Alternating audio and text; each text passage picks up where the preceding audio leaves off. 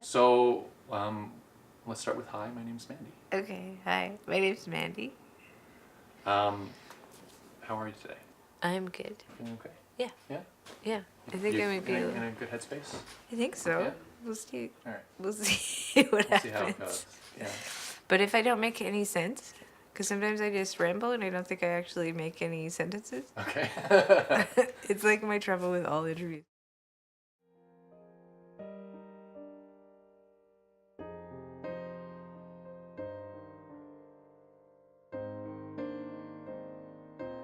At a very young age, or at 3, our babysitter was our cousin, and he started abusing my sister and I. He would threaten us with very real things in our minds, so it was never spoken about.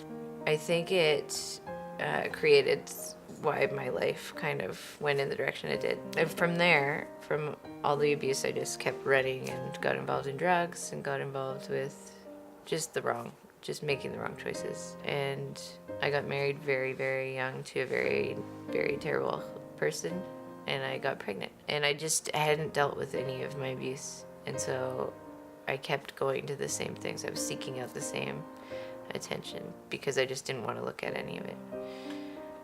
Like the first time he abused me, I didn't really think anything of it. I thought he was just mad. He like punched me in the eye and like threw me on the floor. And I think the worst part of the violence was when I got thrown down the stairs and I had my arm broken. When the abuse happened, like I felt a lot of like anger and hatred towards him at that time. I always said, I'm done, I'm done.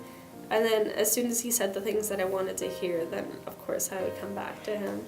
Like, I didn't really feel anything. Like, I was just more concerned about for the good times. Of course, I felt, like, really scared, I guess.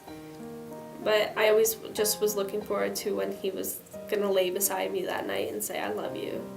So you want to believe it every time. And you do.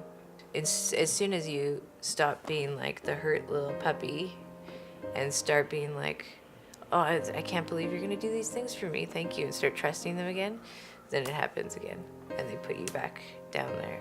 When you feel like you don't have any worth at all, or you feel like you don't have much good in you, or so, there is something so comforting in a big blow up with someone and being told you're worthless and you're garbage. There's always this big emotional pleading, or you are worth everything, and I love you so much, and you're this incredible person, and I'm so sorry, I would never do that. Why did I do that?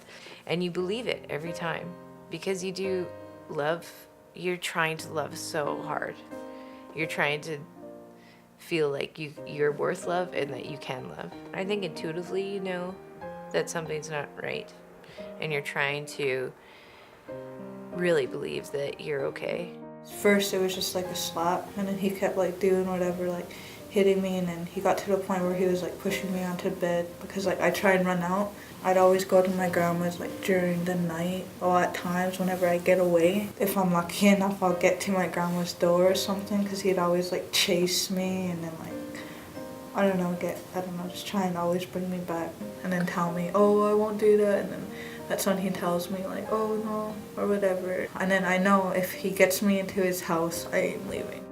I think that's the biggest thing in the cycle of abuse is not leaving, because it is so hard. But in the marriage with my son, he threw my son across the room, and he went to punch me in the face and shattered his arm. And that was the moment, seeing my son, like, that was the moment that I was like, what am I doing? Nobody should be going through anything like this. That was the only thing. I don't think I would have even looked at it, and I don't think I would be here if he wasn't born, because I don't think I would have left. I wasn't worth enough, but my son was worth something. So that was the reason I was like, whoa, this is wrong. For me, it took planning, because the whole time you're going to be questioning yourself and thinking that, oh, I'm making this up, or I should just stay. But it's really important to be proud of yourself for following through this plan. Yeah, I hate to admit it, but I guess I'm kind of strong. I guess like I've never been the one that just openly says like I'm happy, or they can just admit that. I can't do that. I'm so inside myself. Like, I guess I'm happy. It did make me stronger, and I knew what I wanted in a relationship after that.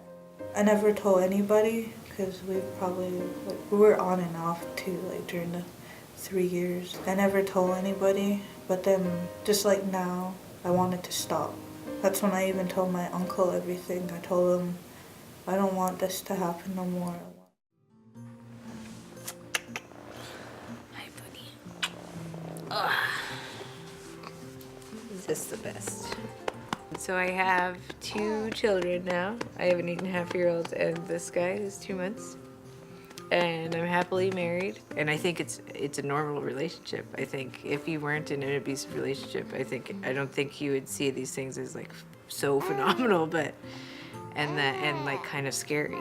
When I first shared a little bit of like my story, it was all like just in my head. And then finally when I said it, it felt good, like just to finally tell someone and someone could actually help me with my issues. Like I guess it just becomes easier and I can actually like laugh about some things now. I can actually like listen to other people's stories now, like in peer support when people are telling me about their issues. I can actually help them with like my issues too, right? So we can help each other. And I have like advice and they have advice, so it makes me stronger, I guess, the more I tell it.